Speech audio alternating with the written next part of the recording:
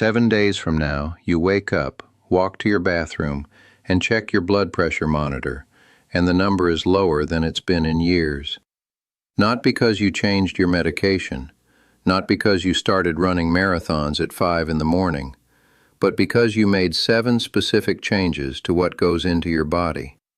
Changes that work directly on the biological mechanisms your prescription never touches. In my 20 years of working with men over 50, I've watched patients go back to their cardiologists and have their medication dosage voluntarily reduced. Not because they demanded it, but because the numbers gave the doctor no other logical option. Today I'm going to show you exactly what those patients did. But before we get into the 7 foods, I need to tell you something important. Midway through this video, I'm going to reveal 3 things that are almost certainly in your home right now. Things that are actively working against every pill you take and every healthy choice you make. If you skip that section, the 7 foods will give you maybe 30% of their potential benefit. So stay with me until the end. What I'm covering in the second half of this video might be the most important health information you've heard in years. Let's start with the biology a doctor probably hasn't explained. Your arteries produce a gas called nitric oxide. Think of it as nature's own vasodilator, a signaling molecule that tells the smooth muscles surrounding your blood vessels to relax and widen. When those walls relax, blood flows through with less resistance and pressure drops. The problem is that after the age of 50, nitric oxide production declines significantly, and most approaches to blood pressure management, including medication, don't address this at the root. The 7 foods I'm about to cover all influence this pathway. Some produce nitric oxide directly, some protect it from being destroyed, and one activates the enzyme that manufactures it from scratch. Let's go through them one by one. Beet juice. Beets contain some of the highest concentrations of dietary nitrates found in any vegetable. When you drink beet juice, those nitrates travel to your mouth, where specific bacteria on your tongue convert them into nitrite. That nitrite enters your bloodstream and converts into active nitric oxide. Your arteries literally relax on command. A study published in the journal Hypertension found that drinking 250 milliliters of beet juice daily reduced systolic blood pressure by an average of 8 millimeters of mercury within hours of consumption. The practical protocol. Each morning drink 250 milliliters of beet juice, roughly 1 small glass. Room temperature is important. Cold beet juice slows the nitrate conversion process in your mouth. If the taste is too strong for you, mix it with a small amount of apple juice. Stick with it for at least 2 weeks before measuring results. Now, beet juice gets almost all of the attention in this category, but the next food actually contains more dietary nitrates per gram, and most people walk right past it at the grocery store. Arugula. The same nitrate pathway that works with beet juice works with arugula. But arugula adds something beets don't have in the same concentration: potassium. Potassium is critical for blood pressure because it signals your kidneys to excrete sodium rather than hold on to it. When sodium accumulates in your body, it pulls water into your bloodstream, increasing the total volume of blood your heart has to push. More volume, more pressure. Potassium is the natural counterbalance to sodium that most people over 50 are chronically deficient in. Add 2 large handfuls of fresh arugula to 1 meal each day. A simple salad with olive oil and lemon works perfectly. And here's the important detail: do not cook it. Heat destroys both the nitrate content and the potassium bioavailability. Raw is the operative word. Moving to the 3rd food, I want to ask you something most people have never thought to ask their cardiologist. What if there was a tea that worked through the exact same biological mechanism as a class of prescription blood pressure medications? Not an approximation, not a vague similarity, the same mechanism. And it grows as a flower. Hibiscus tea contains compounds called anthocyanins and organic acids that inhibit an enzyme called angiotensin converting enzyme, ACE. ACE inhibitors are one of the most prescribed classes of blood pressure medications in the world. They work by preventing the production of angiotensin II, a hormone that constricts blood vessels. Hibiscus does the same thing naturally. A meta-analysis published in the Journal of Nutrition, analyzing data from over 500 patients, found that regular hibiscus consumption reduced systolic blood pressure by an average of 7.5 millimeters of mercury. The protocol: steep 2 teaspoons of dried hibiscus flowers in 240 milliliters of hot water for 8 to 10 minutes. Drink 1 to 2 cups daily. One important caveat: if you are currently taking ACE inhibitor medications, speak with your doctor before adding hibiscus regularly. The combined effect may lower your pressure more than intended. This is not a reason to avoid hibiscus. It's a conversation to have with your doctor, who should know you're using it. The fourth food is one everyone's heard of, but almost everyone uses it wrong, and the mistake is about timing. Raw garlic. When you crush or chop a garlic clove, you trigger a chemical reaction. An enzyme called alliinase converts a compound called alliin into allicin. Allicin is responsible for most of garlic's cardiovascular benefits. But allicin doesn't stop there. Inside your body, it further converts into hydrogen sulfide, and hydrogen sulfide, like nitric oxide, is a gasotransmitter, a signaling gas that tells your blood vessels to relax and dilate. 2 vasodilating gases working through separate pathways simultaneously. That's what properly prepared raw garlic delivers. The mistake most people make: they cook the garlic immediately after crushing. Heat destroys the alliinase enzyme within seconds of exposure. No enzyme, no allicin conversion. You get the flavor, but you do not get the cardiovascular benefit. The correct protocol: crush or finely mince 1 to 2 cloves of raw garlic, then wait 10 minutes. That waiting period is not optional. It's the chemistry completing itself. After 10 minutes, eat it. Mix it into a salad dressing. Spread it on avocado, whatever works for your palate. 10 minutes. That single change turns garlic from a flavoring into a therapy. Actually, let me ask you something before we continue. Do you currently eat garlic regularly? And when you prepare it, do you cook it right away or do you wait before using it? Write 1 or 2 words in the comments. I'm genuinely curious how many of you have been doing this correctly without knowing why, and how many of you have been losing most of the benefit every single day without realizing it. The fifth food has the most impressive long-term clinical data of anything we'll cover today, and I want to be precise about what the research actually shows. Ground flaxseed. A randomized controlled trial published in the journal Hypertension followed patients over 6 months. One group added ground flaxseed to their daily diet, the other group did not. At the end of 6 months, the flaxseed group showed an average reduction in systolic blood pressure of 15 millimeters of mercury. 15 points sustained over 6 months. That is comparable to some first-line antihypertensive medications. The mechanism is not one thing operating. It is several working in parallel. Flaxseed provides alpha-linolenic acid, an omega-3 fatty acid that reduces arterial inflammation directly.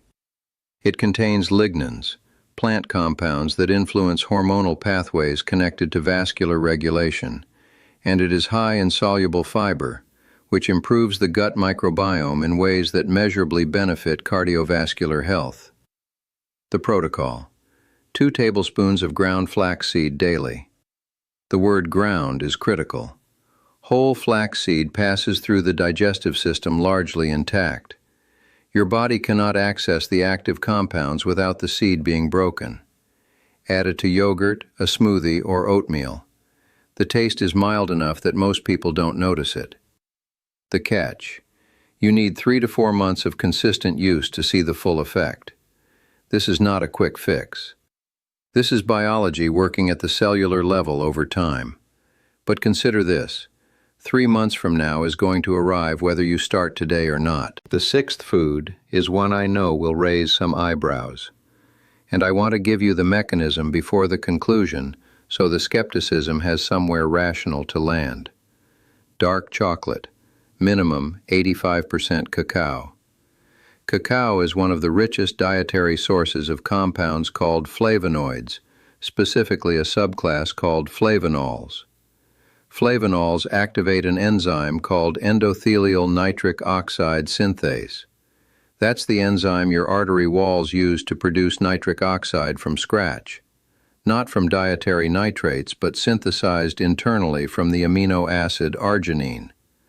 So with beet juice and arugula, we're supplying raw materials through the nitrate pathway.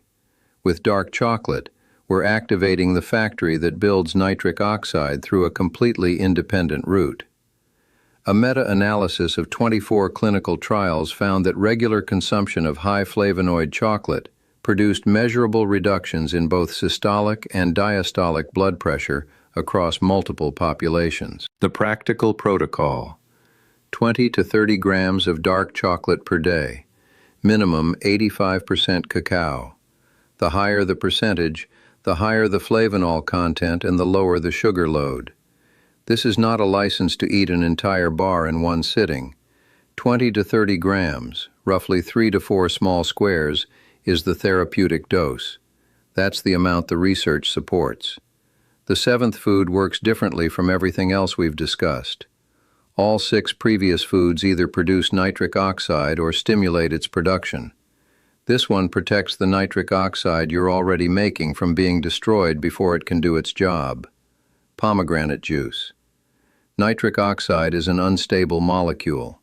Free radicals produced by inflammation, oxidative stress, poor sleep, and processed food destroy nitric oxide before it can reach and relax your artery walls. You could be eating beets every morning, arugula at lunch, and dark chocolate in the afternoon, and still have low nitric oxide activity if your oxidative stress is high enough to neutralize it faster than you produce it. Pomegranate contains some of the most potent antioxidants found in any food, including a compound called punicalagin that is unique to this fruit. Research shows it is more effective than red wine or green tea at neutralizing the specific class of free radicals that destroy nitric oxide.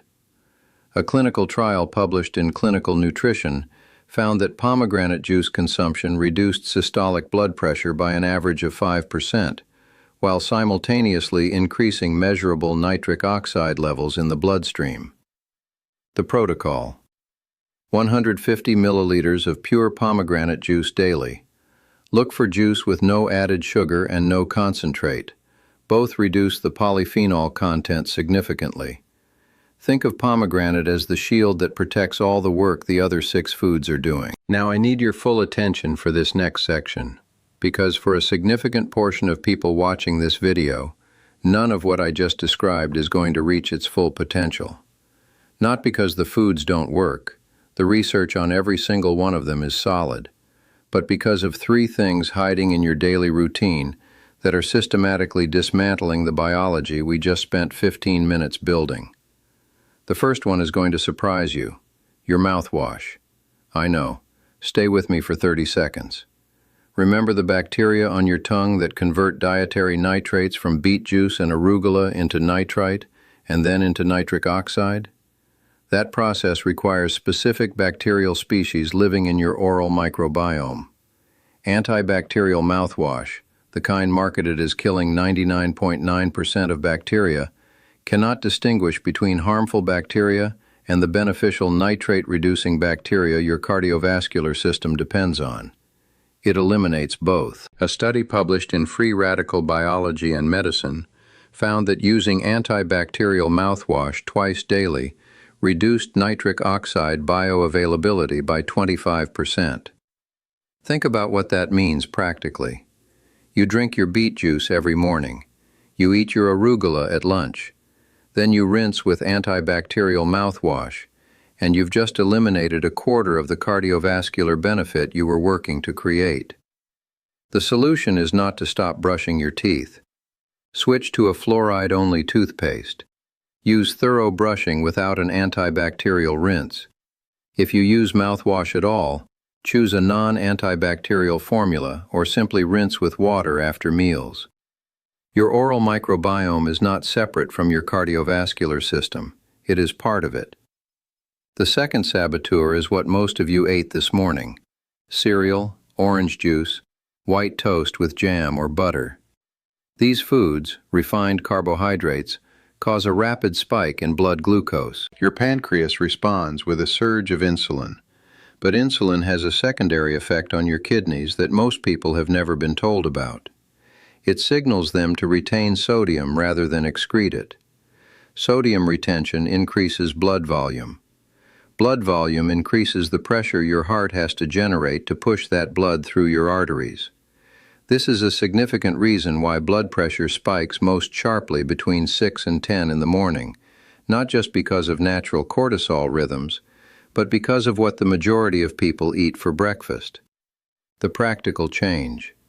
Shift your morning meal toward protein and fat, eggs and avocado, Greek yogurt with walnuts and ground flaxseed, which you're now taking anyway, smoked salmon with cucumber.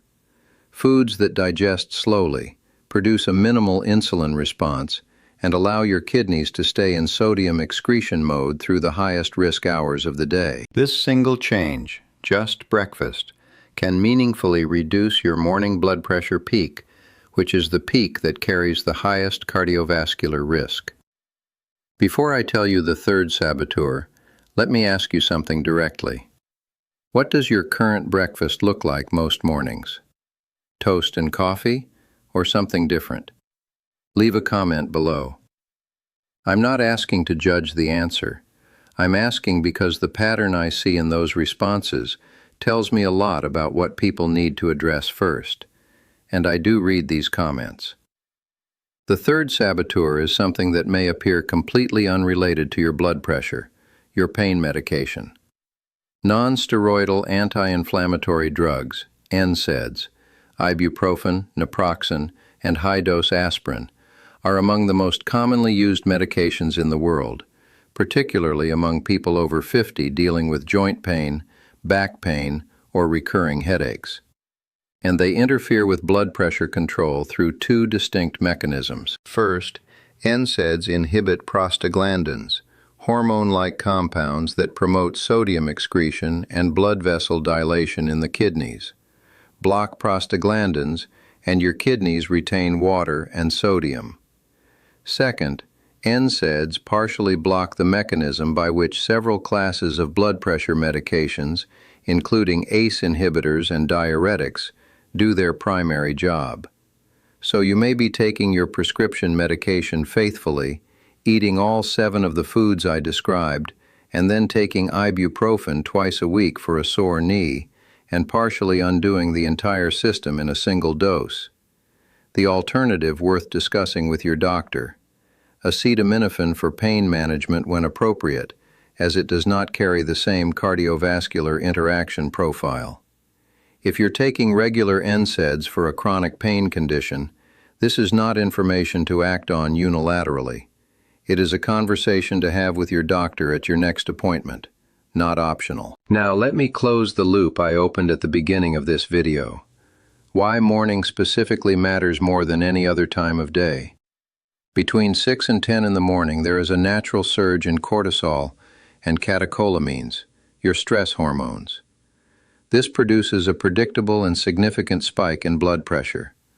Cardiologists call it the morning surge, and statistically, more heart attacks and strokes occur in this 4-hour window than at any other comparable period across the entire day. Your morning routine either amplifies that surge or dampens it. The protocol I've described today works in both directions simultaneously. Beet juice and garlic taken in the morning flood your system with vasodilating compounds exactly when your arteries are under the most pressure.